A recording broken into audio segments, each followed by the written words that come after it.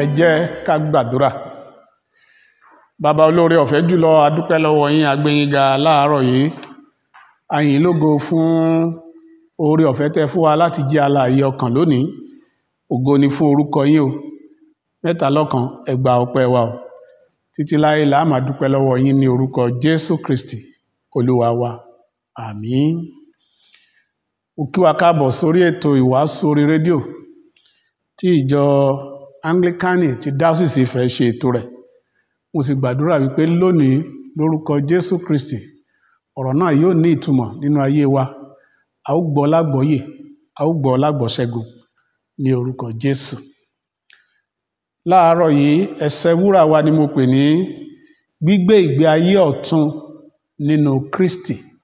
Gbígbé ìgbé ayé ọ̀tun nínú Kristi. Ẹsẹ̀ wúrà wa la ó rí nínú ìrere tí a tọwọ́ Mátíù kọ, orí 5 ẹsẹ̀ 29 àti ẹsẹ̀ 30. Ó ní bí ojú ọ̀tún rẹ bá mú ọ kọsẹ̀, yọ ọ́ jáde kí o sì sọnù. Ó sà lé èrè fún ọ kí ẹ̀yà ara rẹ kan kí ó ṣègbé ju kí a gbé gbogbo ara rẹ jù sí iná ọ̀run àpáàdì. Bí ọwọ́ ọ̀tún rẹ bá mú ọ kọsẹ̀, ké e kúrò kí o sì sọnù. Ó sà lé èrè fún ọ kí ẹ̀yà ara rẹ kan kí ó ṣègbé ju kí a gbé gbogbo ara rẹ jù sí iná ọ̀run àpáàdì.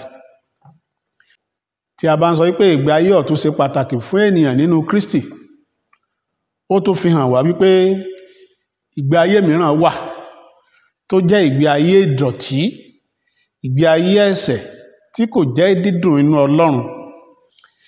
Gbígbé ìgbé ayé ọ̀tun nínú Kristi kò lè wá sí ayé láì jẹ́ wípé ènìyàn kọ̀ àwọn ìrìn àjò àtijọ́ sílẹ̀. Àwọn ìrìn àjò tí ènìyàn ti ń rìn látijọ́, ènìyàn kọ̀ sílẹ̀. Àwọn ìrìn àjò tí kò fi ògo fún Ọlọ́run, àwọn ìrìn àjò tí kò fi ọlá Ọlọ́run hàn, ènìyàn kọ̀ sílẹ̀. Ó rìn ní ọ̀nà Ọlọ́run. Ìgbà yẹn la di lọ pé ìgbé ayé ènìyàn ó jẹ́ ìgbé ayé ọ̀tun nínú Ọlọ́run. Ẹsẹ̀ wúrà wa tòní sọ fún wa wípé bó bá jẹ́ ojú ọ̀tún rẹ òun ló mú ọ tí ó fi ṣẹ̀, tó bá sì jẹ́ ọwọ́ ọ̀tún rẹ ló dàbí ẹni wípé òun ni ó kó bọ́ tí ẹ pé òfin nílè bí ojú rere Ọlọ́run. Bíbélì sọ fún wa wípé ó sàn fún ọ kó jẹ́ olójú kan tàbí kí o jẹ́ ọlọ́wọ́ kan, kí o jẹ́ èrò ìjọba ọ̀run, jù kí ojú àti ọwọ́ tó ń dá ẹ̀ṣẹ̀ sí Ọlọ́run yẹn kó sọ di èrò ọ̀run àpáàdì. Láti gbé ìgbé ayé ọ̀tun nínú Kristi jẹ́ ohun tó le púpọ̀, ṣùgbọ́n tó ṣe pàtàkì kí ènìyàn má bàa fi ayé yìí ba ọ̀run rẹ̀ jẹ́. Gbogbo ohun tó ń dùn mọ́ wa tí a ń gbé lárugẹ ṣùgbọ́n tí kò mú inú Ọlọ́run dùn la gbọ́dọ̀ kọ̀ sílẹ̀ kí ìgbé ayé tuntun tí yóò máa polongo Jésù lè jẹ́ ìpín wa. Àwọn ìwà tí kò mú ògo fún Ọlọ́run, ìwà àgbèrè, panṣágà, ìpànìyàn, ìlọ́nilọ́wọ́gbà, àìní ìfẹ́, ká máa fi ba ẹnu bà tẹni jẹ́ àti bẹ́ẹ̀ bẹ́ẹ̀ lọ tí kò mú inú Ọlọ́run dùn. Ẹni tó bá fẹ́ máa gbé ìgbé ayé nínú Kristi, ìgbé ayé ọ̀tun, irú ẹni bẹ́ẹ̀ gbọ́dọ̀ fi gbogbo àwọn ìwà yìí sílẹ̀ kó sì rọ̀ mọ́ Ọlọ́run kí ìgbésí ayé rẹ̀ kó máa jẹ́ ìgbésí ayé tí Ọlọ́run rẹ́rìn sí, tínú Ọlọ́run dùn sí, kí ìjọba ọ̀run kó bá lè jẹ́ èrè fúnrú ẹni bẹ́ẹ̀.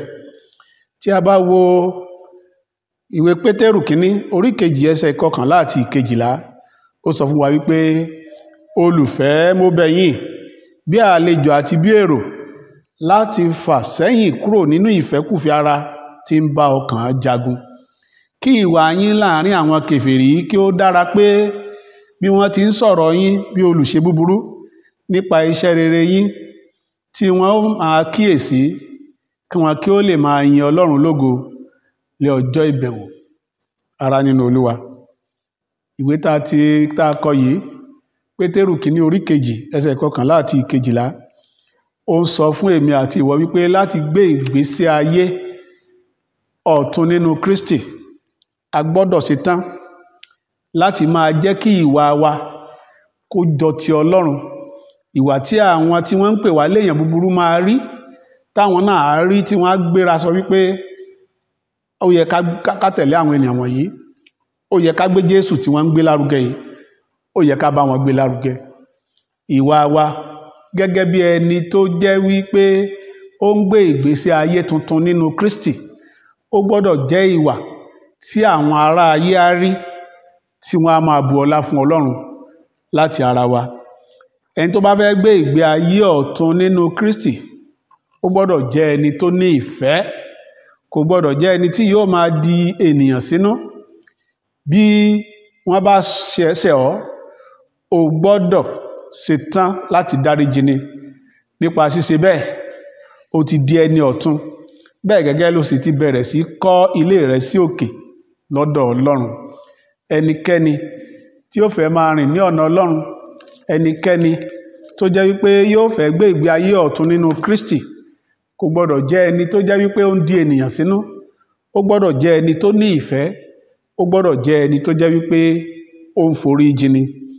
Ìwé Pétérù kìíní orí kejì ẹsẹ̀ 44 àti 45 sọ wípé, ṣùgbọ́n èmi wí fún yín, ẹ fẹ́ àwọn ọ̀tá yín, ẹ súre fún àwọn ẹni tí ó ń fi yín ré, ẹ ṣoore fún àwọn tí ó ń kórìíra yín, kẹ́ sì gbàdúrà fún àwọn tí ń fi àrán kàn bá yín lò, tí wọ́n ń ṣe inúnibíni sí yín, kẹ́yin kí ó lè máa jẹ́ ọmọ baba yín tí ń bẹ lé ọ̀run, torí tí ó mú oòrùn rẹ̀ ràn sára ènìyàn búburú àti sára ènìyàn rere, ó sì ń rọ̀jò fún àwọn olóòótọ́ àti fún àwọn aláìṣòótọ́.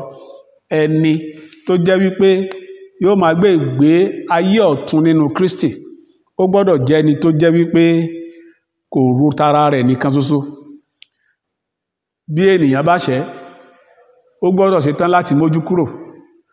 Tó bá fẹ́ máa gbé ìgbésí ayé tuntun nínú Kristi, ó gbọ́dọ̀ jẹ́ ẹni tó jẹ́ wípé àwọn èèyàn máa sọ wípé a ti ẹ̀gbọ́n kò tí ẹ̀ sọ̀rọ̀, a ti ẹ̀ sọ̀rọ̀ sí kò tí ẹ̀ dá wa lóhùn, ẹ̀rín ló ń rín. Tó bá ti ń gbèrú ìgbésí ayé báyìí, ìgbésí ayé tuntun ni ìgbésí ayé tó ń gbé. Ẹni tó bá sì wà nírú ipò báyìí, irú ẹni bẹ́ẹ̀ ló máa ń rí èrè púpọ̀ lọ́dọ̀ Ọlọ́run. Tí a bá ń sọ nípa kí ni èrè tí ènìyàn lè rí nínú gbígbé nínú Ọlọ́run, kí ni èrè tó wà nínú wípé à ń gbé ayé ọ̀tun nínú Kristi.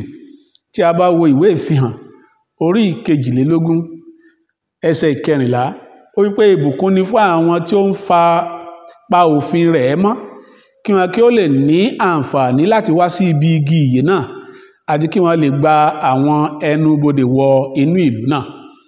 Ẹnikẹ́ni tó bá ti ń gbé ìgbésí ayé tó jẹ́ ti Jésù, ìgbésí ayé tó jẹ́ wípé ìgbésí ayé ọ̀tun ni, irú ẹni bẹ́ẹ̀ ó ń sán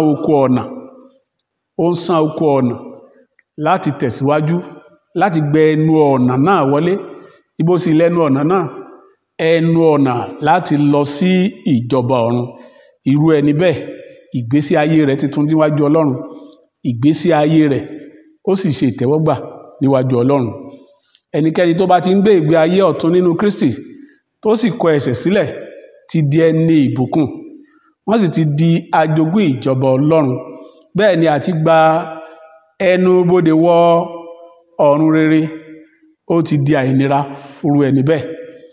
Ará nínú Olúwa, nínú ìwé Ìṣe àwọn Àpọ́stólì orí 11 ẹsẹ̀ 1 sí 18, a rí kà níbẹ̀ níbi tó jẹ́ wípé àwọn ará Jùdíà wọ́n gbógun ti Pétérù, Símónì Pétérù. Wọ́n sọ fún Símónì Pétérù wípé ìwọ Símónì Pétérù, ó ń bá àwọn ẹlẹ́ṣẹ̀ jẹun pọ̀, ó ń bá àwọn ẹlẹ́ṣẹ̀ ṣe pọ̀. Wọ́n gbógun nítorí kíni? Wípé Pétérù ó dìde nígbà tó rí ìmísí Ọlọ́run kan tá a sọ̀kalẹ̀ látòde ọ̀run. Àwọn ẹranko kan, ẹran ẹlẹ́sẹ̀ mẹ́rin, ẹran àwọn oríṣiríṣi ẹran tá a sọ̀kalẹ̀ síwájú ẹ̀, òun náà jáde pé ó yá pa kó máa jẹ. Bíbélì sọ fún wa wípé Pétérù ní láéláé ohun tó jẹ́ wípé ìgbé ayé ọ̀tun lòun gbé nínú Kristi, òun ò tiẹ̀ ní fẹnu kankan tó jẹ bẹ́ẹ̀. A sì sọ fún wa wípé ẹ̀mí tó sọ fún wípé ohun tí mo bá pè ní mímọ́, mímọ́ ni o gbọ́dọ̀ jẹ́. Bó dẹ̀ ṣe gbọ́rọ̀ yìí tán, a sọ fún wa wípé ohun tó sọ̀kalẹ̀ náà kúrò níwájú ẹ̀. Ẹ̀mí mímọ́ Ọlọ́run ó tún rán áńgẹ́lì wá. Áńgẹ́lì kan sì sọ pé ó yá tẹ̀síwájú máa lọ sí ìrìn àjò. Ó sì kúrò, ó lọ sí Késáríà fúnra rẹ̀ ló sọ nígbà tí àwọn èèyàn ń gbé sùnmọ̀mí sí pé ohun tó ṣẹlẹ̀ sóhun nìyí, tóun fi bá wọn tẹ́yìn rò wípé aláìgbàgbọ́ wọn ni wọ́n jẹun. Ó dẹ̀ dé Késáríà. Nígbà tó débẹ̀, a sọ fún wa wípé ó dé Jọ́pà. Nígbà tó débẹ̀, a sọ fún wípé àwíwá àwọn tán wà ń bí bá wa wàásù sí wọn. A sọ fún wa wípé áńgẹ́lì ti bá wọn sọ̀rọ̀ ní Jọ́pà pé kàn pé ọkùnrin Pétérù yìí wá kó wá wàásù Kristi fún wọn. A sì rí wípé nígbà tó débẹ̀, ó wàásù Kristi fún wọn. Nígbà tó wàásù fún wọn, àwọn tá a pè láláìgbàgbọ́, àwọn náà padà láti máa gbé ìgbé ayé ọ̀tun nínú Kristi. Gbogbo nǹkan yí padà nínú ìlú wọn. Òun làwọn ará ìlú tí Pétérù wà, àwọn ni wọ́n gbọ́ ní Jọ́pà pípé ọkùnrin yìí ó ti ń bá àwọn aláìgbàgbọ́ jẹun pọ̀. Wọ́n fẹ́ gbé sùnmọ̀mí láti da iṣẹ́ rú mọ́ Símónì Pétérù lọ́wọ́. Símónì ṣàlàyé ní yékéyéké fún wọn bóun ṣe di ẹni tó lọ sí Késáríà tóun sì wàásù Kristi níbẹ̀, tá a sì pe àwọn tá a pè ní aláìgbàgbọ́ padà sínú agbo Kristi, tí àwọn náà sì di ènìyàn ọ̀tun nínú Kristi. Ará nínú Olúwa, nígbà tí ìwọ náà bá ń làkàkà láti rí pé ó pe àwọn ènìyàn sínú ìgbà ọ̀tun nínú Kristi, ó ṣeéṣe kí ìwọ náà rí ìdojúkọ gẹ́gẹ́ bí òjíṣẹ́ Olódùmarè. Ó ṣeéṣe kí ayé kojúkọ, káyé bẹ̀rẹ̀ sí sọ oríṣiríṣi nípa tirẹ̀. Ṣùgbọ́n ṣá, tó bá ti mọ̀ yìí pé Ọlọ́run ló rán ọ níṣẹ́ náà, pé àwọn ènìyàn sínú agbo Kristi, kí àwọn náà kí wọ́n jẹ èrè ìgbàgbọ́, kí ìgbé ayé ọ̀tun nínú Kristi kó jẹ́ ìpè tiwọn náà. Láti gbé ìgbé ayé ọ̀tun nínú Kristi, ó nílò oríṣiríṣi, ó nílò àfaradà, ó nílò wípé kí gbogbo wa ká ṣe bẹ́ẹ̀ gẹ́gẹ́, kí ìjọba ọ̀run kó bá lè jẹ́rè fún wa. A ti sọ fún wa, ìbùkún ńlá ló wà fún ẹni tó bá jẹ́ wípé ó ń gbé nínú Kristi, tí ìgbé ayé ọ̀tun tó sì jẹ́ tirẹ̀ nínú Kristi. Irú ẹni bẹ́ẹ̀, ìjọba ọ̀run ó ti jájú fún un. Àwọn tí wọ́n ti mọ̀ ọ́n nígbà tó wà nípò àìwà nínú ìgbé ayé tí kò dára, wọ́n lè gbé sùnmọ̀mí wípé ṣe bí ẹni lágbájá tó ń wàásù Kristi ní ìsìn, tí wọ́n wá ń ṣe bí ẹni ọmọ Ọlọ́run, ṣe bẹ́ẹ̀ nìyàn báyìí ló máa ń ṣe látijọ́. Irú nǹkan bẹ́ẹ̀ má jẹ́ kó fà ọ́ sẹ́yìn. Ìwọ dìde gírí wípé èmi ti kúrò ní ipò àtijọ́, mo ti di ọmọ Ọlọ́run, mo sì ti ń gbé ìgbésí ayé ọ̀tun. Kí ìwà rẹ, ìṣe rẹ kó wàásù Kristi fún àwọn ènìyàn, káwọn ènìyàn kan rí wípé ní tòótọ́ o ti di ọmọlẹ́yìn Kristi tó ń gbé nínú oore ìfẹ́ ọ̀fẹ́ Ọlọ́run. Pétérù Símónì, nígbà tó ṣàlàyé ọ̀rọ̀ yìí fún wọn, fún àwọn ará ilé rẹ̀ yìí, tí wọ́n ti rò wípé àwọn ti gba Jésù tẹ́lẹ̀ yìí, tí wọ́n sì rò pé ó ń bá ẹlẹ́ṣẹ̀ jẹun yìí, a rí wípé wọ́n sọ fún wa wípé gbogbo àwọn tán gbé sùnmọ̀mí yẹn wọ́n tẹríba, gbogbo wọn dojúbolẹ̀, wọ́n ń wo ẹwà àti ògo Jésù lára Símónì Pétérù. Ìwọ náà lónìí, òun náà ń kọ sí ọ. Ó yẹ kó o jẹ́ ẹni tó ń gbé ìgbé ayé ọ̀tun nínú Kristi. Kí Kristi kó máa gbé inú rẹ, kí ìwọ náà máa gbé inú Kristi, kí ìjọba ọ̀run kó má bàa jẹ́ èèwọ̀ fún ọ. Láì gbé ìgbé ayé ọ̀tun nínú Kristi, ayé rọ̀kùrọ̀kù irú ẹni bẹ́ẹ̀ ń gbé o. A pè ọ sí ìrònúpìwàdà lónìí, kó o bá Ọlọ́run rẹ làjà, kó o ṣe bí àwọn ará Késáríà ṣe ṣe, tá a wàásù Kristi fún wọn, tí wọ́n sì padà sínú agbo Kristi, tí wọ́n gba Jésù Kristi ní Olúwa àti olùgbàlà wọn, tí wọ́n ń gbé ìgbésí ayé ọ̀tun nínú Kristi.